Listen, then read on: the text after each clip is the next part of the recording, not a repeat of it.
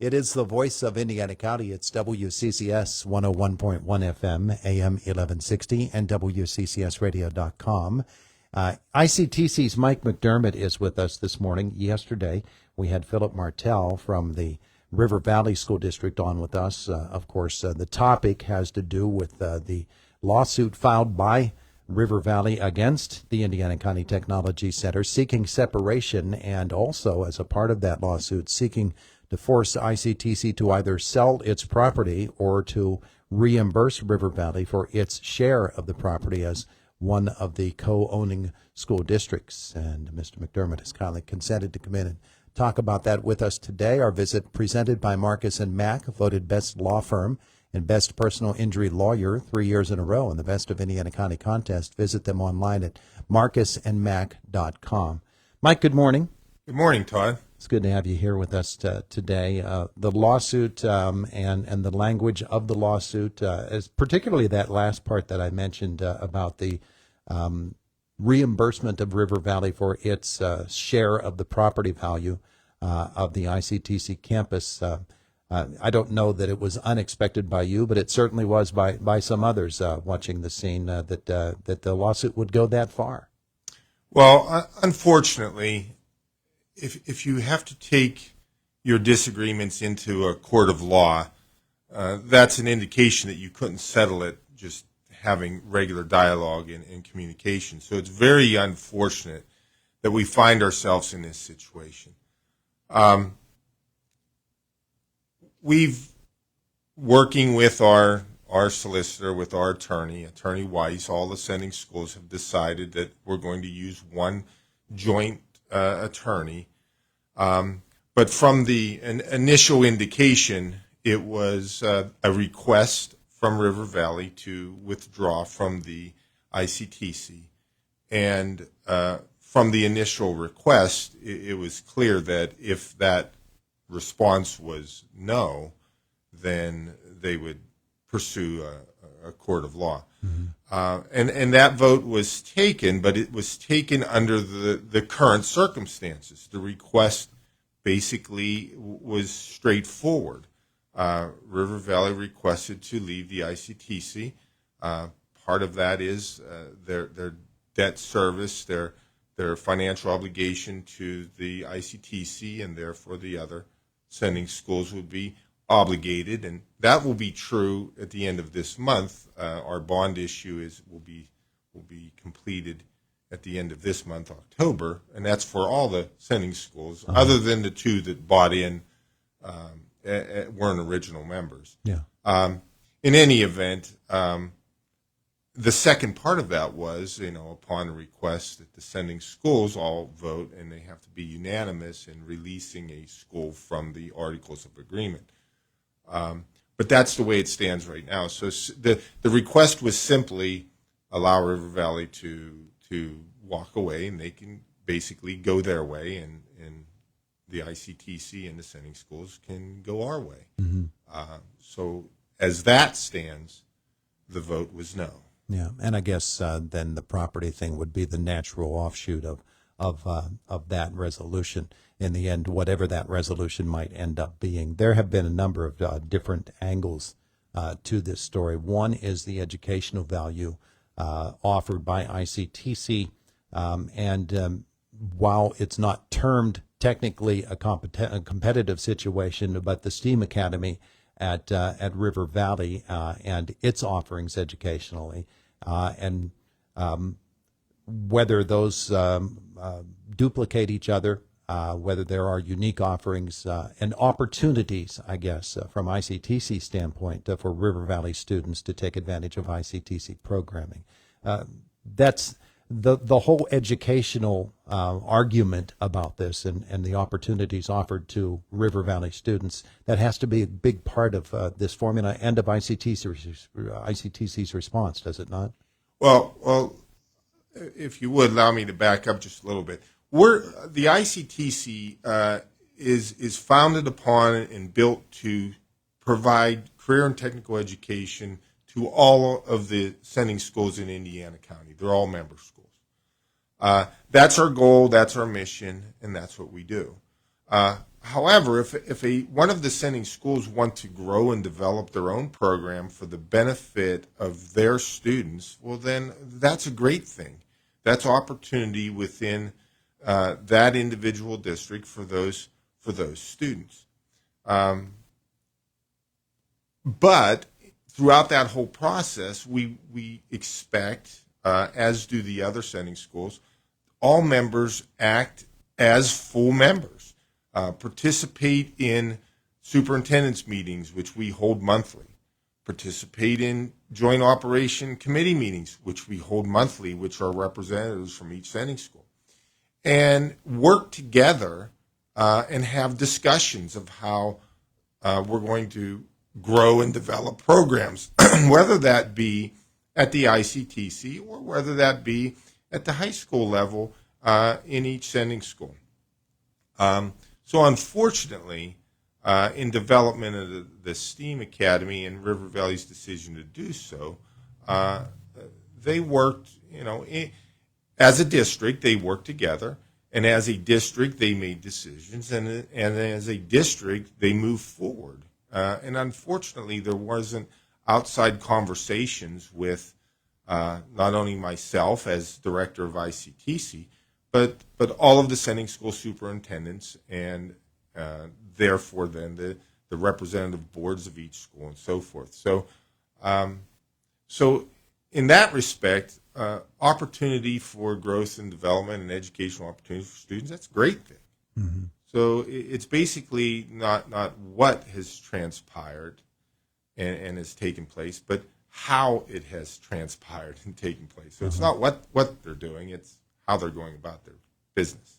At the heart of the court case, we'll probably get down to the idea that the original agreement so many years ago is not lifetime binding.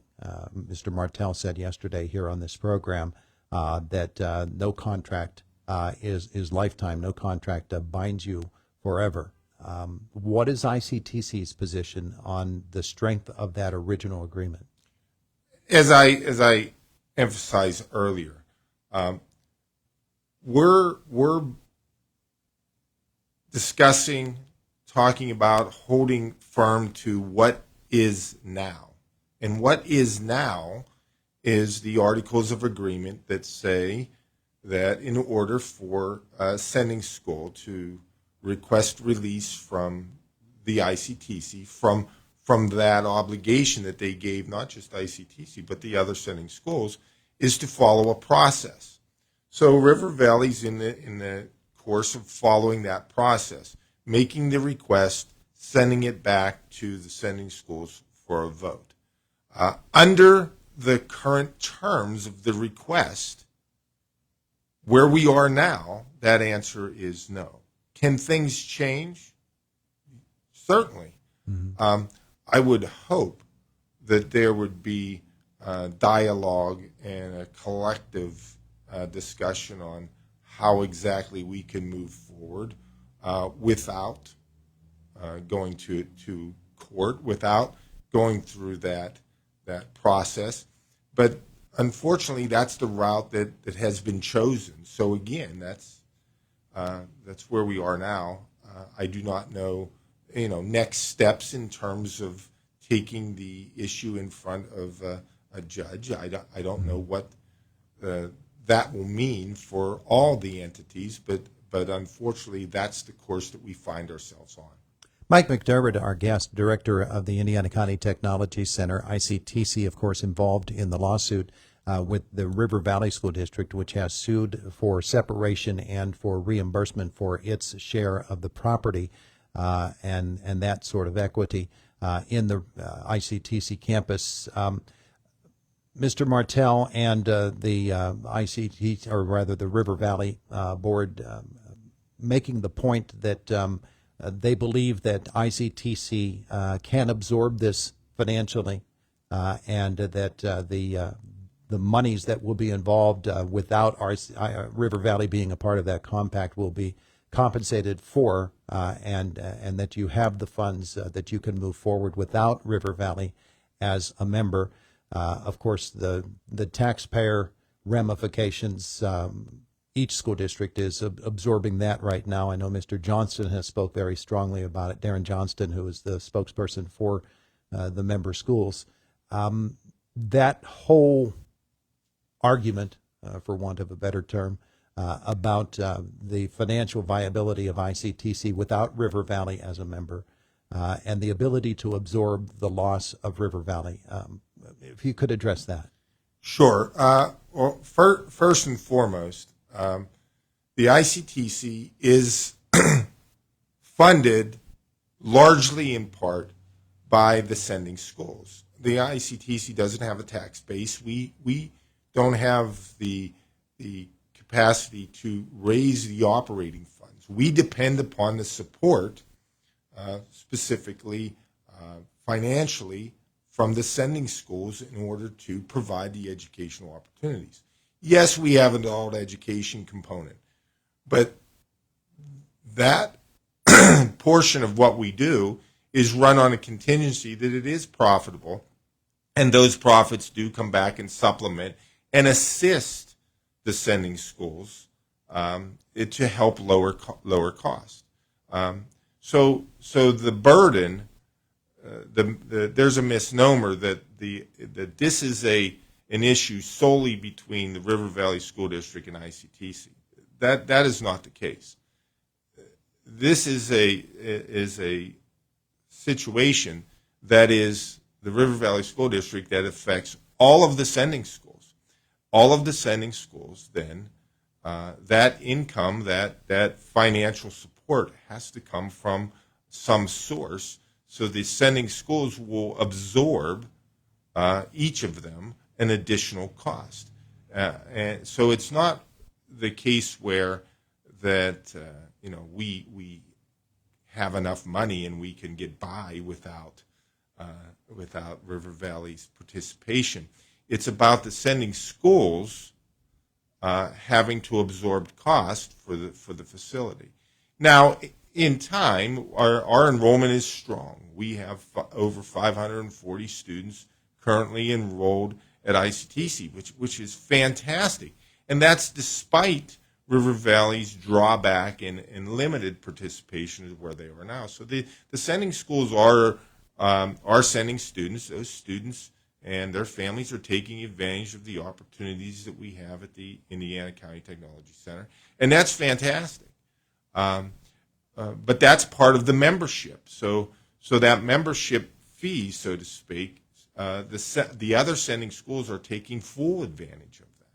Mm-hmm. So it's just not as simple as the ICTC absorbing the cost. It's not merely about ICTC. It's all about how we're providing educational opportunities to all of the sending schools in Indiana County. So again, right now they're all members, and we would love for River Valley to take full membership opportunity of students being enrolled in the ICTC, and that's not the case. He's Mike McDermott, ICTC Director, joining us here this morning.